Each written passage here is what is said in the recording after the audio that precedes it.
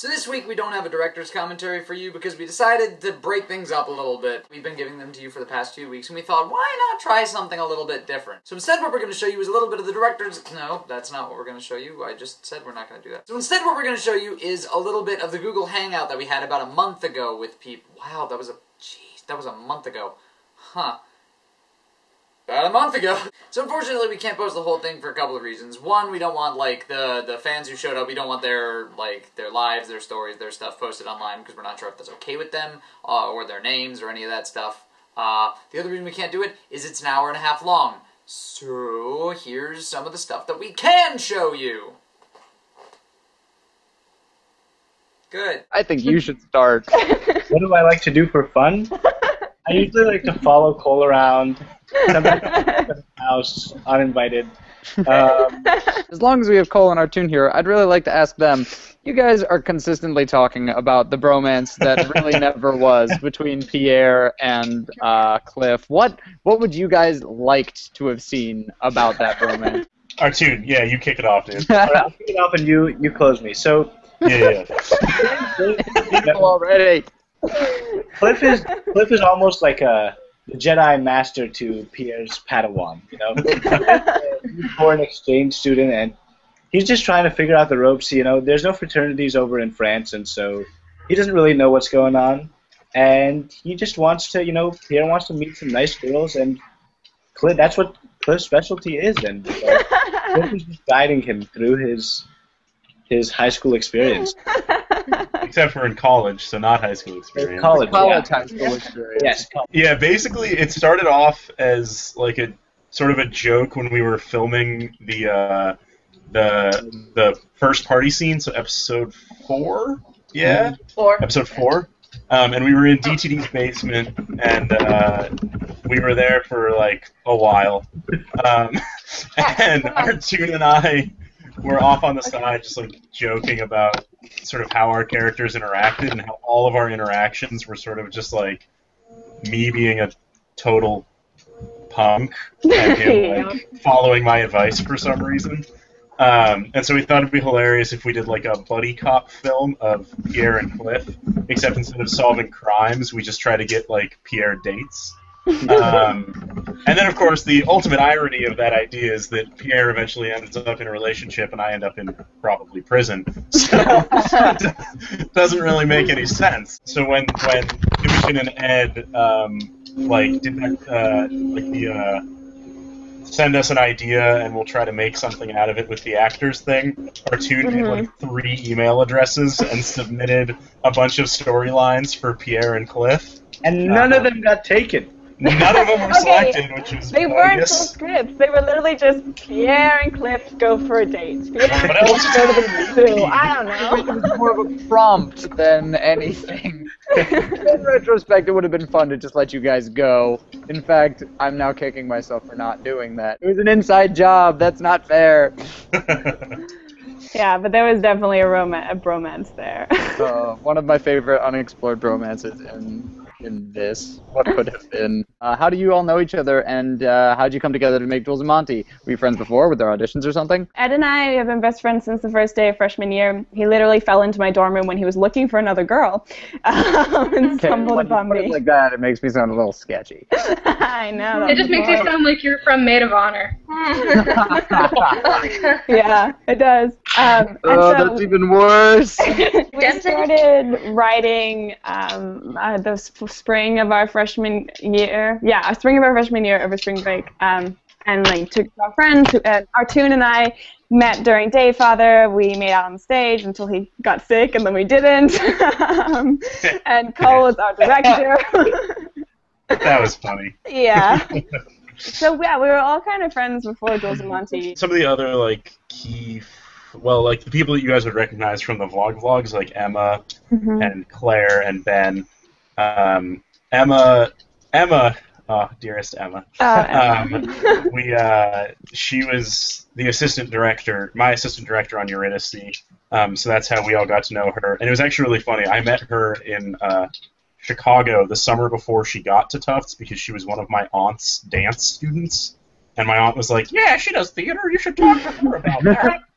And we did. And that worked out super, super well. That one. Quick recap of the favorite scenes, most challenging bit, funniest moments from set. Yeah, in retrospect, that quote out of context, I sound like a real dick. Because they were like, they opened up and they were just like, yeah, so anybody, before you start, any questions, comments on your characters? Like, what are you guys thinking? And I actually, now I remembered it, I very sassily was just like, I have questions and comments. The funniest things for me probably just had to do with setup stuff. I don't know, just because, like, I was in a very small number of actual episodes, and so I was only there, like, pretty intermittently, haphazardly, and so I would just, like, roll up, and there would have been, like, several weeks of things that had happened to everyone that they'd all be freaking out about, and I would just be like, this is nice, this is very simple. So it was always just like, Cole, why are you, what's wrong with you? Why are you stressed? And I'm like, I have no stress because I just don't know what's going on. Actually, my favorite thing that didn't end up being seen, which was very disappointing,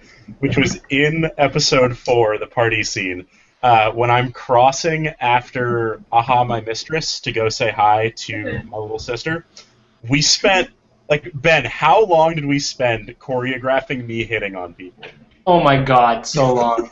We spent, like, easily an hour choreographing all of these moments for me to, like, hit on random partygoers and, like, mess with people. The best one is the dip down to look at the girl who's standing at the door. Just a little, hey! Right, so that one was great, but that one was actually in the series, whereas all of the others you can't see because it's a close-up of Imogen's face. Yeah. And so, like, I performed 3 or 4 very intense activities behind her, and then I saw the final cut of the episode, and I was like, oh, what the hell?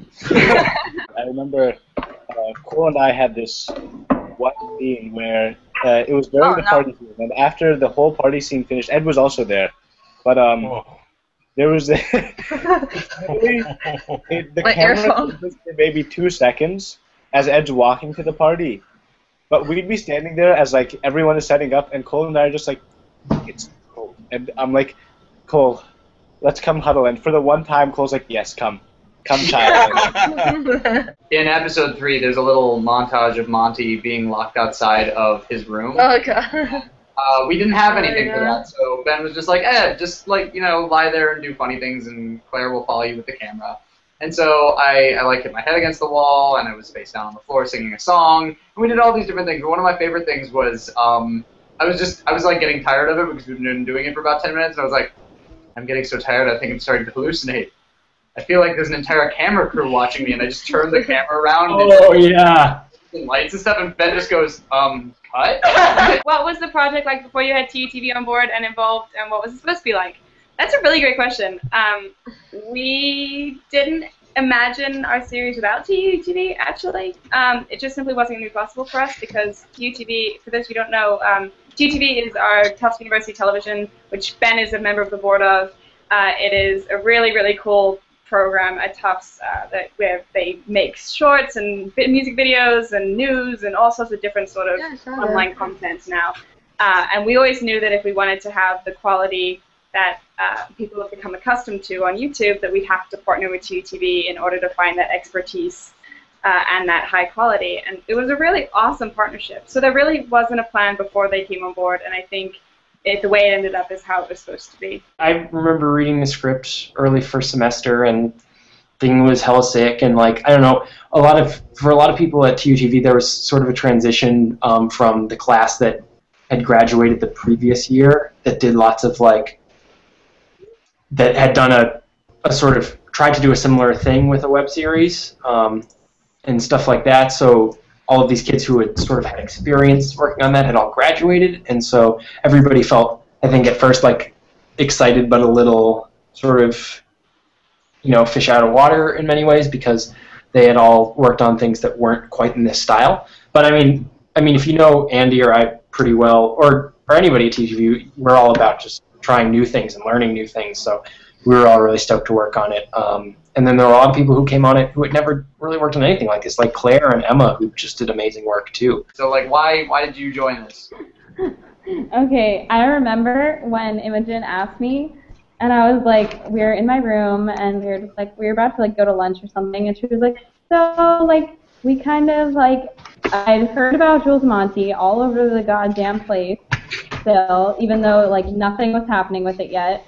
And she was like, so like Jules and Monty, like we're doing this reading and like we're thinking of like adding this part and like we thought of you right away. And I was like, girl, I thought you'd never ask. Like I'd seen you guys working through like the whole process. Like and like I knew how hard you were working on it. I knew how dedicated you guys were. I knew the team that was like involved in it, and I was like, other than Cole, who I hate so much, Yeah. I guess I'll do that. It was like such an awesome team, and it was like my first and only time doing anything film, like, and I was like, it'll be such a good experience for me.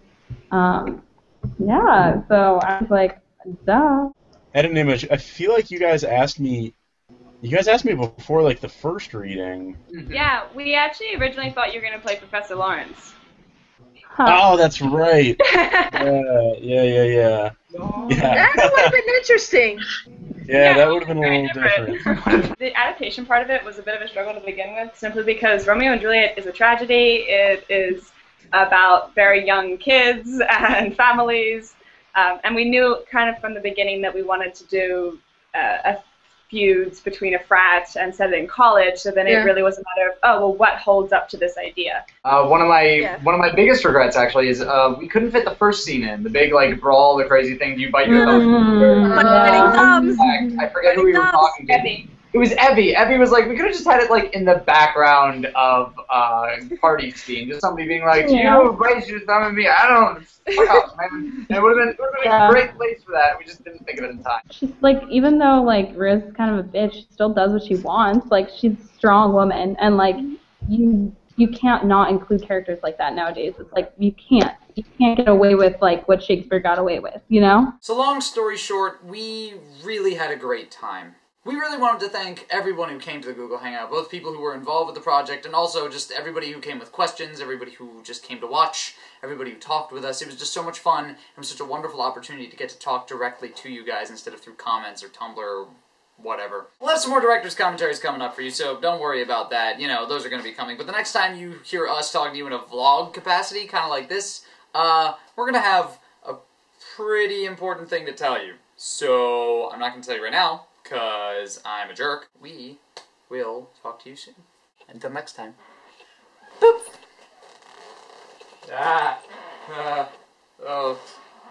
Oh, that was faster than I thought it was going to be. Maybe